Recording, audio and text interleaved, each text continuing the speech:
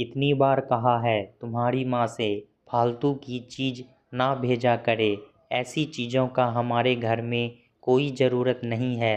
देखो तो बहू, यह भड़कीले लाल रंग की साड़ी दी है तुम्हारी माँ ने उपहार में। क्या तुमने उन्हें बताया नहीं कि मैं ऐसे भड़कीले रंग नहीं पहनती?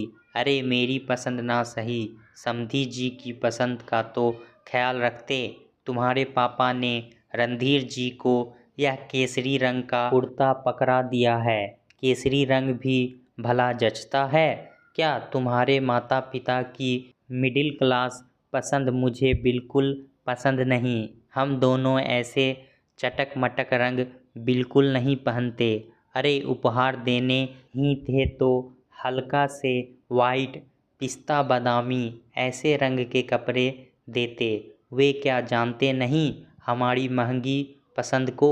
आजकल सभी ऐसे हाई क्लास रंग ही पहनते हैं। मुझे तो तुम्हारे और मेरे बेटे समीर के कपड़े भी पसंद नहीं आए। कपड़ों में रंगों का बड़ा महत्व होता है। अगली बार कह देना तुम्हारे माँ बाप को देना हो तो अच्छे उपहार दे, वरना इससे अच्छा पैसे ही दे दे। ऐसे उपहार लाकर क्या मतलब जो पहनने का मन ही ना करे। ऐसे चटक मटक रंग हमारी कामवाली शांता पहनती है। सोच रही हूँ यह गिफ्ट उसे ही पकड़ा दूँ, कम से कम वो ही खुश हो जाए। एक ही सांस में बोल गई पूर्णिमा जी। मम्मी जी, मेरे मम्मी बड़े प्यार से यह उपहार सबके लिए लाए हैं। अब आपको अच्छे नहीं लगे तो कम से कम ऊपर से ही कह देती कि उपहार अच्छे हैं, मगर आप तो बाल की खाल निकाल रही हैं। कपड़े इतने भी बुरे नहीं हैं कि उन्हें पहनना ना जा सके। और सही बात रंगों की तो मम्मी जी, हमें हर रंग पहनना चाहिए। रंगों में कब से हाई क्लास और मिडिल क्लास रंग होने लगे मम्मी जी? मेरी मम्मी ने जब मुझे पूछा था कि बेटा तेरी सास के लिए कौन से रंग की साड़ी खरीदूं, तो मैंने ही उनसे कहा था कि मम्मी जी के पास लाल रंग की साड़ी नहीं है, तो आप उन्हें लाल रंग की साड़ी उपहार में देना, क्योंकि अभी हाल ही मिसेज कश्यप ने अपनी पार्टी में लाल रंग की थीम रखी हुई थी और आप कह रही थी मेरे पास तो लाल रंग की साड़ी ही नहीं है। मिसेज कश्यप ने लाल रंग की थीम क्यों रखी होगी कहकर आप पार्टी में नहीं गई थी। और पापा जी के लिए केसरी रंग का कुर्ता भी मैंने ही मेरे पापा से लाने कहा था, क्योंकि पिछली बार पापा जी कह रहे थे मेरे पास केसरी रंग का कुर्ता होता तो अच्छा होता, मैं झंडा वंदन में वही रंग पहन कर जाता। इसलिए मैंने मेरे पापा से पापा जी के लिए केसरी कुर्ता और सफ़ेद पाजामा लाने कहा था। मुझे नहीं पता था कि रंगों में भी हाई क्लास और मिडिल क्लास रंग होता है। और अगर सच में आपको कपड़े इतने ही बुरे लग रहे हैं तो बाई शांता को दे ही देते हैं। वैसे भी दिवाली के उपहार देखकर शांता भी खुश हो जाएगी और इसी बहाने मेरे माता पिता को भी पुण्य कमाने का मौका मिल जाएगा। रितु ने भी तपाक से उत्तर दिया।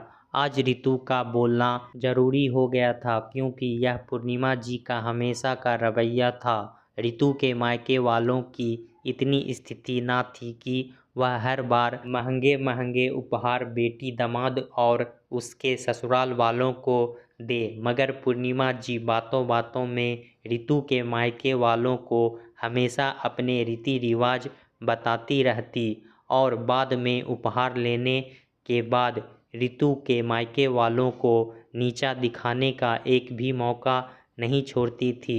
दरअसल रितु और समीर की लव मैरिज थी।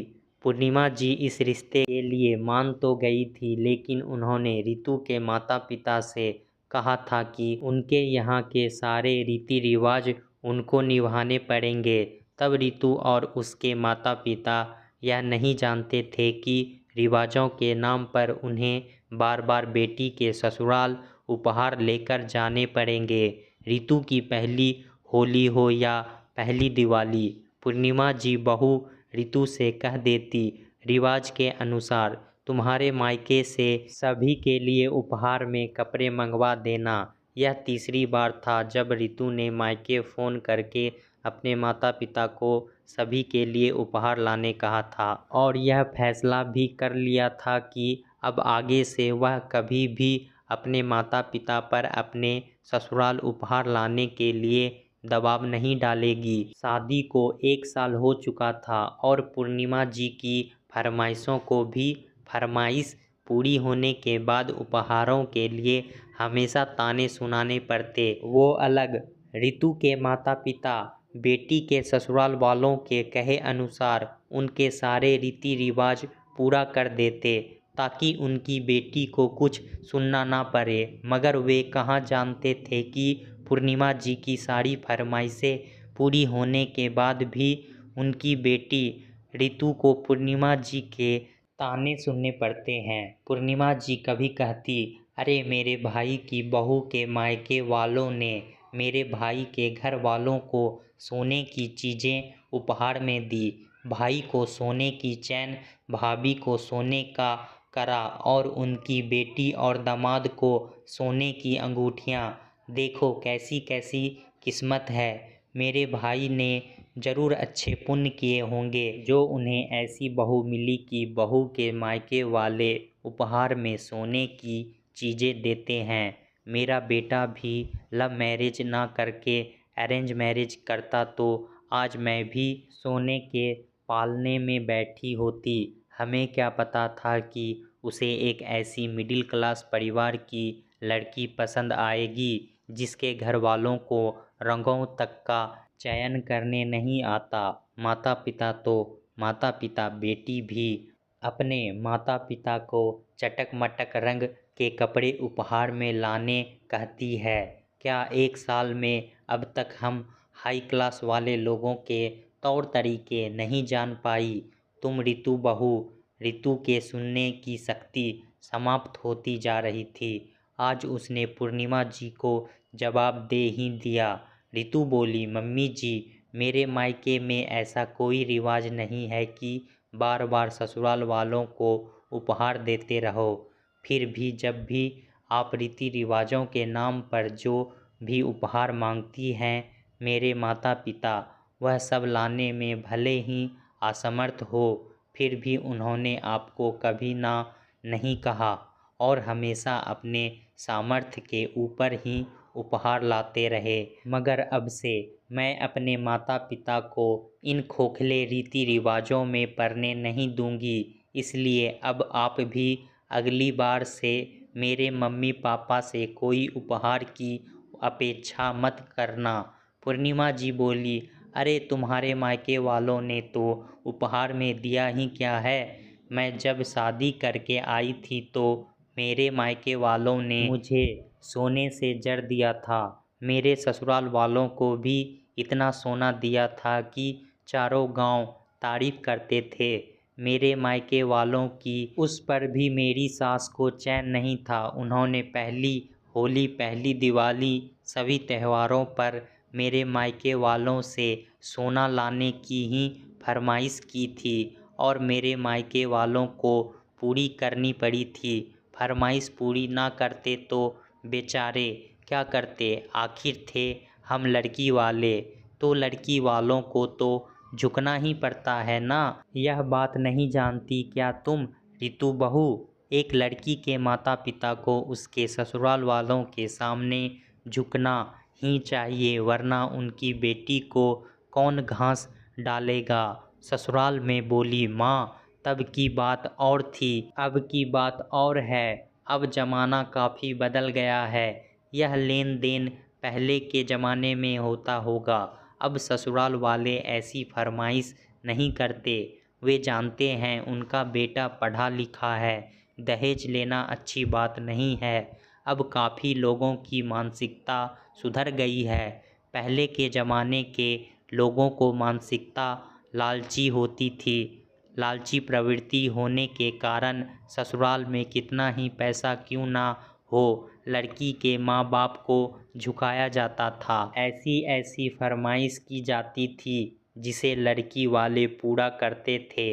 मगर अब लोग समझ चुके हैं, वे जानते हैं कल के दिन अगर कोई हमारी बेटी के साथ ऐसा करेगा तो हमें कितना बुरा लगेगा। इसलिए वह लड़की के परिवार को झुकाते नहीं हैं, बल्कि यह सोचते हैं जिस बाप ने अपने कलेजे का टुकड़ा सौंप दिया, उस बाप से रिवाजों के नाम पर क्या लेन देन करना। अब लड़के वाले लड़की वालों को उनके बराबर समझते हैं, बराबरी की इज्जत देते हैं। ससुराल वाले जानते हैं उनका लड़का अगर पढ़ा लिखा है तो बहू भी तो पढ़ी लिखी है। वैसे भी माँ, आजकल की लड़कियाँ अपने पति से कदम मिलाकर चलती है, घर के साथ साथ ऑफिस भी जाती है, अपने परिवार को हर तरीके से संभालती है, सारे बाहर के काम भी अकेले पूरा कर लेती है। पूर्णिमा जी सोचने लगी, बात तो सही कह रही है रितु। उन्होंने रिवाजों के नाम पर बहुत से उपहार रितु के मायके वालों से ले लिए थे। पूर्णिमा जी सकपका गई और मन ही मन बोली, अरे जो मिल रहा था वह भी नहीं मिलेगा अब। वह बोली, अरे बहू, छोटी छोटी बातों को दिल पर क्या लगाना। अब समधी समधन जी ने इतने प्यार से उपहार दिए हैं तो भला पहनेंगे ही ना, फेंक थोड़ी देंगे। तुम भी जरा जरा सी बातों का बतंगर बना देती हो। रितु बोली, नहीं मम्मी जी, यह आखिरी बार मेरे पापा मम्मी उपहार लाए थे। वे लोग खुद के लिए कटौती करके आप लोगों को उपहार इसलिए नहीं देते ताकि आप लोग उसमें खराबी निकालो। और हाँ, अगर आप लोग खराबी ना भी निकालो तो भी मेरे मायके में बार बार उपहार देने का रिवाज नहीं है। अब तक जो आपके रिवाज थे हमने पूरे किए, तो अब आप आगे से हमारे रिवाज भी निभाना शुरू कर दीजिए। पूर्णिमा जी से भी चुप रहा ना गया। बेटे समीर के घर आते ही पूर्णिमा जी बोली, देख लिया लव मैरिज करने का परिणाम। आज तो बहू ने हमें सामने ही जवाब दे दिया।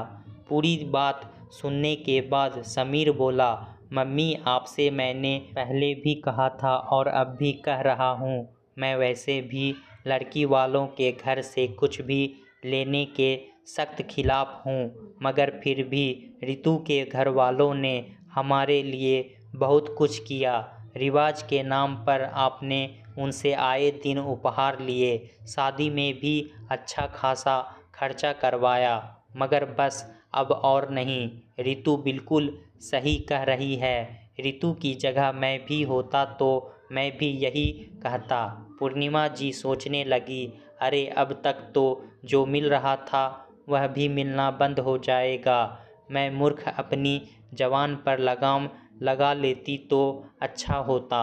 दोस्तों, ससुराल वाले बहू को दहेज लेने का जरिया बना लेते हैं ताकि उन्हें उनके बेटे की अच्छी खासी रकम मिल सके और कभी ना ख़त्म होने वाला उम्मीद भी बहू के मायके से जब चाहे जितना चाहो पैसा निकलवा सको।